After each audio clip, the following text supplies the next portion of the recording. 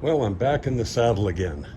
I just had lunch at Roma's here in Bowling Green, Virginia, and I'm riding on my motorcycle once again.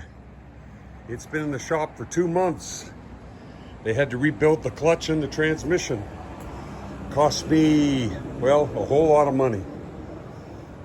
But it's certainly nice to be out today. It's been a long time since I've had a good ride. And the weather is pleasant. We've had really hot weather last week, but today it's not so bad and the humidity is not so bad. So it makes for really nice riding. All right, next stop, a church in Bowling Green that I had wondered about. This is the Bethel Baptist Church in Paige, Virginia. There's the Paige Road I came down. Bowling Green is that way. Highway 1 is that way. And it said organized 1800.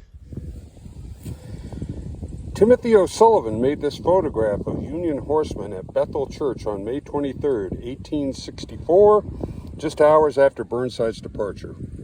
One day earlier, Generals Grant and Meade had established their headquarters at the building. A memorial service, perhaps the first for Stonewall Jackson, was held here in May 1863, shortly after the general's death at nearby Guinea Station. So let's read this. At the church, the Ninth Corps was marching past and Burnside was sitting like a comfortable abbot in one of the pews surrounded by his buckish staff, whose appearance is the reverse of clerical. On May 21st, 1864, General Ambrose E. Burnside's Ninth Corps left Spotsylvania and pursued the retreating Confederate Army southward. When rebel cavalry blocked Burnside's passage of the Po River at Stannard's Mill, he turned east and followed the 2nd and 5th Corps to Guinea Station. He rested his corps there for 2 hours on May 22nd before crossing the Mattaponi River at Downers Bridge and proceeding here to Bethel Church. Grant and Meade met Burnside at the church in the afternoon before establishing their headquarters at the nearby Tyler House. I wonder where that is. There, maybe? Burnside joined them there later in the day. Encountering Mrs. Tyler, the bewhiskered general pleasantly remarked, "I don't suppose, madam, you ever saw so many Yankee soldiers before?" Grant's staff roared in laughter as the lady replied, "Oh yes, as prisoners. I have just come from Richmond." Next stop is a place I haven't been to before, Louisa, the capital of Louisa County, near Mineral, Virginia. Well, it's about an hour later, and I'm in Louisa, Virginia.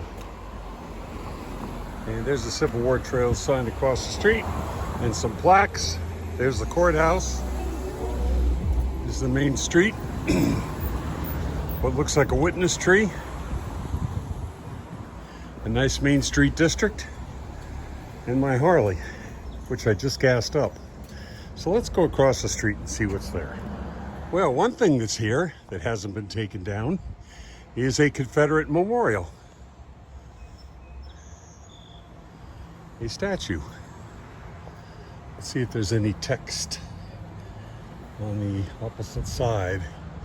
Yes, in memory of the courage, patriotism, and devotion of the Confederate soldiers of Louisa County, 1861-1865. How about that? This is Oakland Cemetery. Here in Oakland Cemetery, beneath small rectangular stone markers, rest as many 60 Confederate dead from the Battle of Trevilian Station. Most of them were never identified. Immediately inside the gate are the graves of the 3 Towles brothers, all of whom served in Company A, 4th Virginia Cavalry, and died of battle wounds. There's Sergeant Robert Towles. I'm going to let you read this. And decisive Confederate victory, the largest all-cavalry battle of the Western Hemisphere. Oh, really?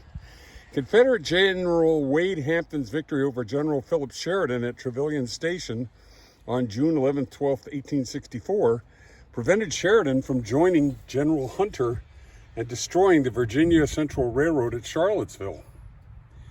General Jubal Early's 2nd Corps of the Army of Northern Virginia then used the railroad to reach Lynchburg in time to repulse Hunter on July 17th through 18th.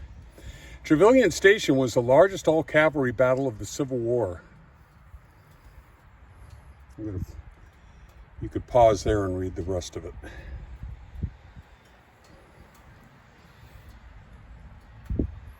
Interesting. Now, where are we here? Where are we? Here we are at Oakland Cemetery. Jubilee Station is up there.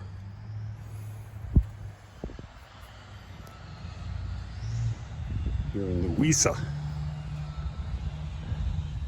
Here's a sad obelisk. The sons of Reverend John and S.E. Tolles. Robert C. Tolles, Company 8, 4th Virginia Cavalry, born September 6, 1843, mortally wounded in battle June 11th, died June 16, 1864. J. Vivian Tolles, Company 8, 4th Virginia Cavalry, born February 11th, 1839, killed in battle October 11th, 1863.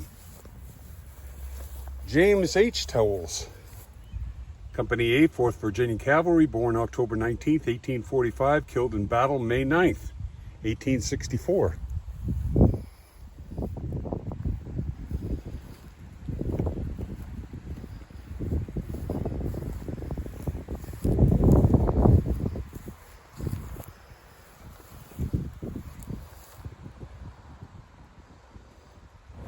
Here's a couple of things I missed when I was walking around the courthouse. Patrick Henry used to live here. And also this main plaque. I'm not going to read it. I'm going to allow you to.